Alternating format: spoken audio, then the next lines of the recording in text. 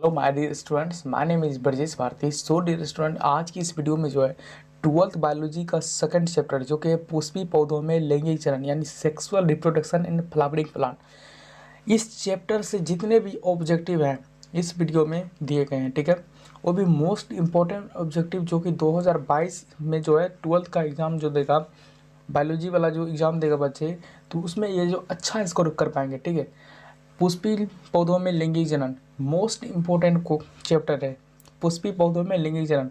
और इसी से जो है मोस्ट इम्पोर्टेंट ऑब्जेक्टिव जो कि बिहार बोर्ड में पूछे गए हैं, ऑलरेडी पूछे गए हैं, जो सब पूछे गए हैं क्वेश्चन वह सभी इसमें इंक्लूड है।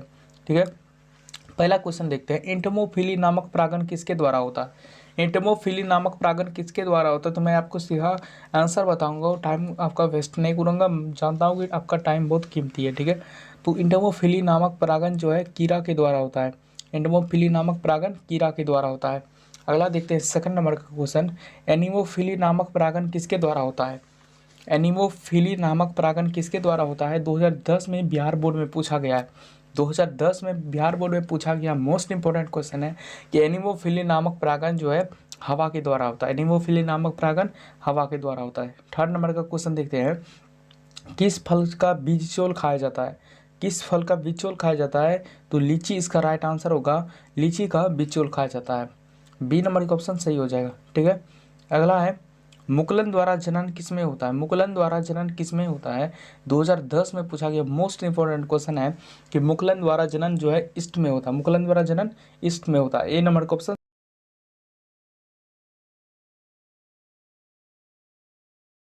अगला क्वेश्चन है, 6 नंबर का क्वेश्चन है कि भ्रूणकोश की सेंट्रल कोशिका है। भ्रूणकोश की सेंट्रल कोशिका है द्वितीयक केंद्रक। भ्रूणकोश की सेंट्रल कोशिका होती है द्वितीयक केंद्रक।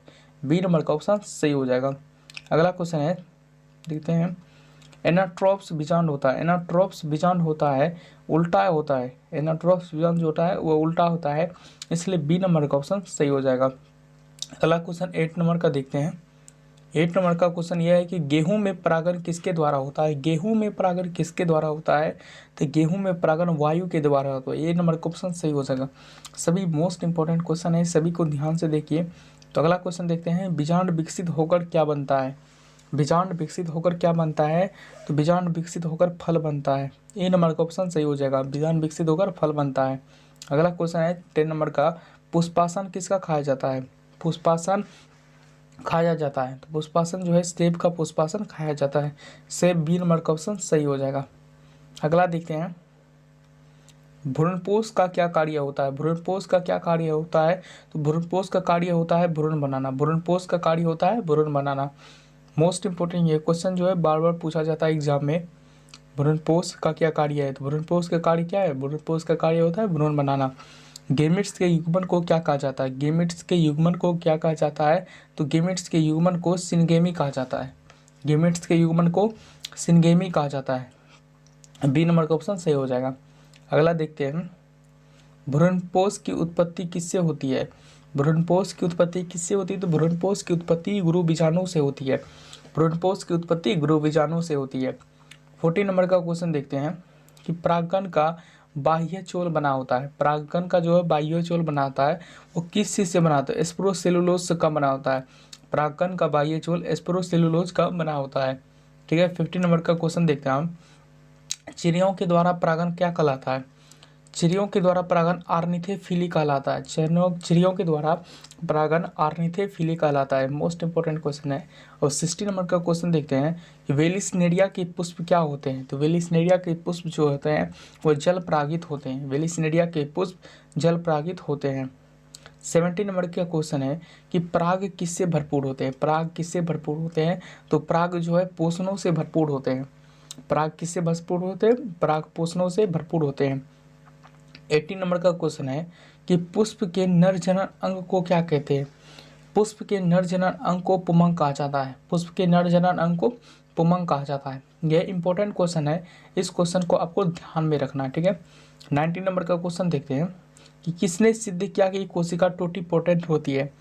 किसने सिद्ध किया कि कोशिका यानी सेल जो है टोटीपोटेंट होती है, तो स्टीवार्ट ने सिद्ध किया। स्टीवार्ट, डी नंबर का ऑप्शन सही हो जाएगा। स्टीवार्ट ने सिद्ध किया था कि यानी सेल कोशिका टोटीपोटेंट होती है। ठीक है, 20 नंबर का क्वेश्चन देख लेते हैं आप। इनमें से किसमें एरिल नहीं पाया जाता है? तो एरिल आम में नहीं पाया जाता है। इनमें से किसमें एरिल नहीं पाया जाता है? तो आम में जो है एरिल नहीं पाया जाता है। आम इसका राइट आंसर हो जाएगा। अगला देखते हैं 21 नंबर का। एंडोस्पर्म द्वारा किसे पोषण दिया जाता है? एंडोस्पर्म द्वारा जो है भ्रूण को पोषण दिया जाता है। एंडोस्पर्म द्वारा भ्रूण को पोषण दिया जाता है। अगला क्वेश्चन देख लेते हैं। चमगादड़ द्वारा परागण क्या कहलाता है? चमगादड़ द्वारा परागण कायरेपेटेरोफिली कहलाता है। चमगादड़ द्वारा परागण कायरेपेटेरोफिली कहलाता है। ठीक है। 23 नंबर का क्वेश्चन देखते हैं कि बिना निषेचन के ही बीज पैदा करने की प्रक्रिया को क्या कहते हैं? तो यदि बिना निषेचन के ही बीज पैदा करने की प्रक्रिया को ओसंग जनन कहा जाता है। ओसंग जनन कहा जाता है। चलिए नेक्स्ट क्वेश्चन देखते हैं जो 24 नंबर का। आधुनिक भ्रूण विज्ञान के जनक है। आधुनिक भ्रूण विज्ञान के जनक है वानवेर। 3 नंबर का ऑप्शन सही हो जाएगा। अगला क्वेश्चन देख लेते हैं 25 नंबर का कि माइक्रोस्पोरेजियम की आंतरिक भित्ति जो पोषक होती है उसे क्या कहते हैं? माइक्रोस्पोरेजियम की आंतरिक भित्ति जो पोषक होती है उसे टेपिटम कहा जाता है। टेपिटम इसका राइट आंसर हो जाएगा सी नंबर का। दोस्तों इस चैनल को सब्सक्राइब कर ले ताकि थर्ड नंबर का चैप्टर का ऑब्जेक्टिव मोस्ट इम्पोर्टेंट जैसे ही मानव जन्म का आएगा इस चैनल पर अपलोड होगा तो आपको नोटिफिकेशन आ जाएगा। यहाँ तक वीडियो देखने के लिए थैंक यू सो मच।